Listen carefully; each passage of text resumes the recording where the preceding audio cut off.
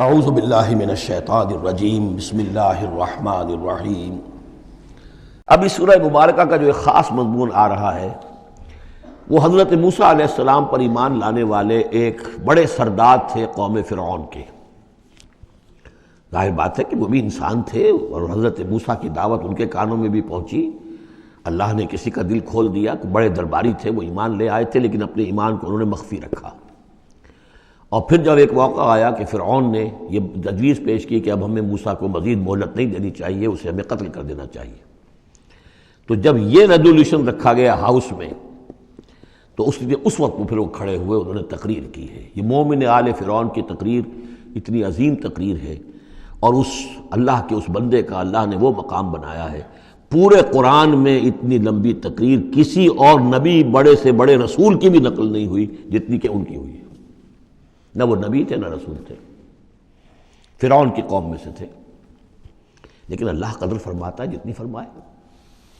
لیکن اس کے لیے تمہید ہے، لقد ارسلنا موسیٰ بآیاتنا وسلطان مبین، اور ہم نے بھیجا تھا موسیٰ کو اپنی نشانیوں کے ساتھ اور کھلی سند کے ساتھ، الی فرعون و حامان و قارون، ہم نے بھیجا تھا فرعون کی طرف بھی، حامان کی طرف بھی، قارون کی طرف بھی۔ فقالوا ساحر کذاب، تو انہوں نے بھی وہی بات کہی تھی جو سورہ صاد میں حضور کے بارے میں کہی گئی، ساحر کذاب۔ حضرت موسیٰ سے بھی کہا گیا ساحر کذاب۔ فلما جاءهم بالحق من عندنا قالوا اقتلوا ابناء الذين آمنوا، تو جب وہ آئے حق کے ساتھ ہماری طرف سے حق لے کر تو انہوں نے کہا کہ ان کے اقتلوا ابناء الذين آمنوا معه، جو لوگ اس کے ساتھ ایمان لائے موسیٰ کے ساتھ، موسیٰ پر، ان کے بیٹوں کو قتل کر دو، واستحیوا نساءهم، اور ان کی بیٹیوں کو زندہ رکھو، وما کید الکافرین الا فی ضلال، لیکن یہ داؤ جو ہے منکروں کا تو وہ بھٹک کر رہ جاتا ہے، اس کا نتیجہ کوئی نہیں نکلتا۔ یہ وہ بات ہے جو ہم اس سے پہلے پڑھ چکے ہیں سورہ اعراف میں۔ سورہ اعراف میں کہا تھا جو سردار تھے اس قوم کے، فرعون کے درباری، کہ موسیٰ کو قتل کر دیجئے، کیا چھوڑے رکھو گے اس موسیٰ کو تم؟ اور یہ تمہارا دین جو ہے یہاں فساد مچا رہا ہے زمین میں، لوگ اس پر ایمان لا رہے ہیں، جمع ہو رہے ہیں، اس کی طاقت بن رہی ہے، کب تک چھوڑے رکھو گے؟ لیکن جیسا کہ میں بتا چکا ہوں، جو اس وقت فرعون تھا وہ گویا کہ حضرت موسیٰ کا چھوٹا بھائی تھا۔ حضرت موسیٰ کو اللہ تعالیٰ نے فرعون کے محل میں پلوایا ہے، اور پہلے اس کے ہاں بڑا جو بوڑھا تھا جو اب چھوڑ چکا تھا، تخت زندہ تھا اس وقت بھی لیکن تخت چھوڑ، منفتاخ اس کا نام تھا، منفتاخ تھا جس وقت کے اصل حکومت کر رہا تھا جب حضرت موسیٰ کو دریائے نیل سے نکالا ہے اس کے محل والوں نے، اور وہ قتل کرنا چاہتا تھا، لیکن اس وقت اس کی بیوی جو تھی، اور غالباً وہ حضرت آسیہ ہیں جن کا ذکر سورہ تحریم میں آئے گا، امرأۃ فرعون، بہت نیک، کسی طریقے سے انہوں نے کہہ کے بچا لیا، قرۃ عین لی ولک، یہ تو میرے اور تمہارے لیے آنکھوں کی ٹھنڈک بن جائے گا۔ اس کے بعد یہ وقت آیا کہ جب حضرت موسیٰ علیہ السلام چلے گئے، ان کے ہاتھ سے وہ قبطی قتل ہو گیا، پھر وہ مدین گئے، مدین سے ہو کر واپس آئے، تو اب اس کا جو بیٹا تھا، یہ جو پیدا ہو چکا تھا بعد میں، پہلے تو حضرت موسیٰ ہی تھے، اس کے بعد اس کے ہاں بھی اولاد ہو گئی، ایک بیٹا ہو گیا، وہ ہے رامسیس سیکنڈ، وہ ہے رامسیس کے جو اس وقت اب تھا فرعون، اس لیے کہ بوڑھے باپ نے سارے امور سلطنت اس کے حوالے کر کے خود ریٹائرمنٹ لے لی تھی۔ اس کے سامنے جب پیش ہوئے اور اس کے سامنے درباریوں نے کہا کہ اسے قتل کر دو ورنہ تو یہ فساد مچا دے گا دنیا کے اندر، تمہارے ملک کے اندر، لیکن وہ چونکہ چھوٹے بھائی کی حیثیت سے تھا اور حضرت موسیٰ اس کے بڑے بھائی کی حیثیت رکھتے تھے، ساتھ پلے تھے، ساتھ کھیلے کودے تھے، انہوں نے کہا نہیں کوئی ایسی بات نہیں ہے، ہم بڑی آسانی سے یہ کر سکتے ہیں، اس قوم کی ہم اس کی طاقت جو ہے وہ ختم کر دیں گے کہ ان کے بیٹوں کو قتل کرو اور ان کی بیٹیوں کو زندہ رکھو۔ یہ سب کچھ ہو رہا تھا۔ وقال فرعون، اب جب وہ مرحلہ آیا ہے تو فرعون نے بھی سمجھ لیا کہ اب جو معاملہ ہے اب پانی سر سے گزر چکا، اب تو اگر میں نے موسیٰ کو قتل نہ کیا تو واقعتاً بڑا فساد پیدا ہو جائے گا، ہمارے اقتدار اور ہماری تہذیب اور ہمارا کلچر سب کا بیڑا غرق ہو جائے گا۔ تو وقال فرعون ذرونی اقتل موسیٰ، فرعون نے کہا کہ مجھے اجازت دو کہ میں موسیٰ کو قتل کر دوں۔ اب یہ کیوں پوچھ رہا ہے؟ حالانکہ رب ہونے کا مدعی ہے،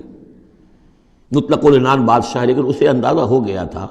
کہ میرے اپنے لوگوں میں کچھ اثرات پیدا ہو چکے ہیں اب حضرت موسیٰ کی دعوت کے، اگر میں نے بغیر کنسنسس ڈیولپ کیے ہوئے تمام درباریوں کو اپنے کانفیڈنس میں لیے بغیر اگر کوئی اقدام کر دیا تو ہو سکتا ہے کہ اندر سے کوئی بغاوت ہو جائے، لہذا اب وہ عدالت کے سامنے وہ مطلق العنان بادشاہ جو ہے وہ اپنے دربار میں رکھ رہا ہے، ضروری اقتل موسیٰ، مجھے اب تم اجازت دو، late us kill him, let us do away with ہم،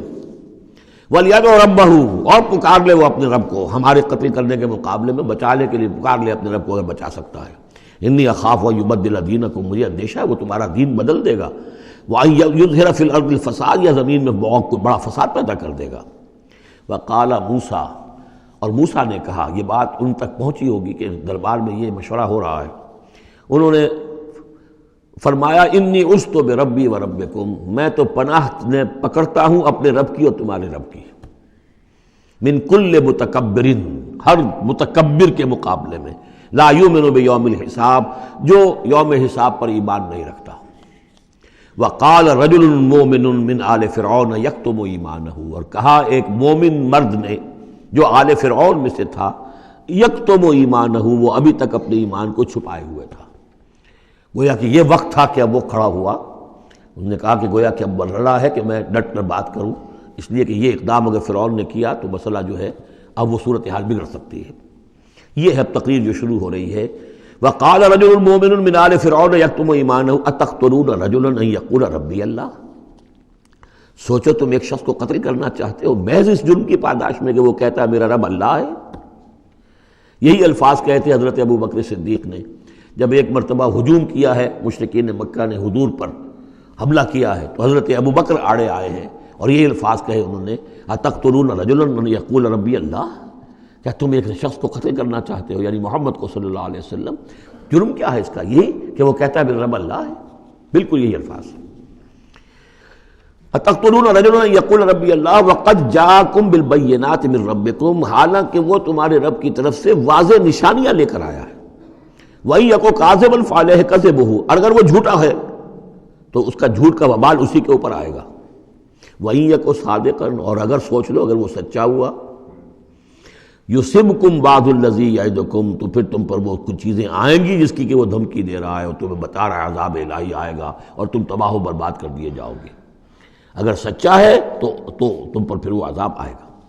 ان اللہ لا یہدی من ہوا مسرف کذاب، اللہ تعالیٰ راہ یاب نہیں کرتا ان کو کہ جو مسرف ہوں، حد سے بڑھنے والے اور کذاب ہوں، جھوٹے ہوں۔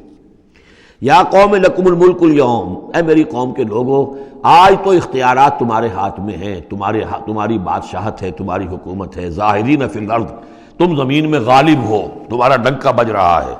فمن ینصرنا من باس اللہ ان جاءنا، تو اگر کہیں اللہ کا عذاب ہم پر آ گیا تو کون مدد کرے گا، کون بچائے گا اللہ کے عذاب سے؟ قال فرعون، اب دیکھیے اس کا نتیجہ کیا نکلا ہے کہ فرعون جیسے کہ بے بس سا ہو کر کہہ رہا ہے، یہ پہلا رد عمل ہے اس کا، ما اریکم ما ارا، دیکھو بھائی میں تو جو کچھ میری رائے ہے وہ میں نے پیش کی ہے، میں نہیں دکھا رہا تمہیں مگر وہی جو میں دیکھ رہا ہوں۔ میں یہ دیکھ رہا ہوں کہ اگر اس کو قتل نہ کیا گیا موسیٰ کو تو تباہی آئے گی اور بڑا فساد بن جائے گا، اور یہ معاملہ جو ہے اب پانی جو ہے حد سے گزر گیا ہے، سر سے گزر چکا ہے، اب ہمیں کچھ نہ کچھ کرنا چاہیے۔ تو جو مجھے دکھائی دے رہا ہے اریکم ما ارا، جو میں دیکھ رہا ہوں وہ میں تمہیں دکھانا چاہ رہا ہوں۔ وما اہدیکم الا سبیل الرشاد، اور میں نہیں رہنمائی کر رہا تمہاری مگر کامیابی کے راستے کی طرف۔ وقال الذی آمن، اور وہ جو اہل ایمان ہیں، وہ جو مومن آل فرعون ہیں، وہ اپنی تقریر جاری رکھے ہوئے ہیں۔ قال الذی آمن یا قوم، کہا اس مومن شخص نے اے میری قوم کے لوگو انی اخاف علیکم مثل یوم الاحزاب، مجھے اندیشہ ہے تم پر کہ اس طرح کا دن نہ آ جائے جس طرح کے دن پہلی اور قوموں پر آئے ہیں، مثل داب قوم نوح وعاد وثمود والذین من بعدہم، جیسا کہ معاملہ ہوا تھا قوم نوح کا، پھر قوم عاد کا، پھر قوم ثمود کا، اور پھر ان کا جو ان کے بعد ہوئے۔ وما اللہ یرید ظلما للعباد، اور اللہ تعالیٰ تو اپنے بندوں پر ظلم کا ارادہ نہیں رکھتا، یہ بندے ہی ہیں کہ جو اپنی کوتاہی کی وجہ سے، اپنی تکذیب کی وجہ سے، اپنی شرارتوں کی وجہ سے جو اپنے اوپر عذاب الہی کو دعوت دیتے ہیں۔ وَيَا قَوْمِ إِنِّي أَخَافُ عَلَيْكُمْ يَوْمَ التَّنَادِ، اور اے میری قوم کے لوگوں مجھے اندیشہ ہے تم پر کہ وہ دن آئے گا جس میں چیخ پکار ہوگی، ہنگامہ ہوگا۔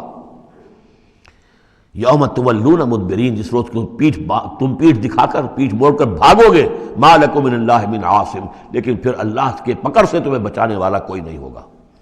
وَمَن يُضْلِلِ اللَّهُ فَمَا لَهُ مِنْ هَادٍ، اور جسے اللہ ہی گمراہ کر دے پھر اس کو ہدایت دینے والا کوئی نہیں۔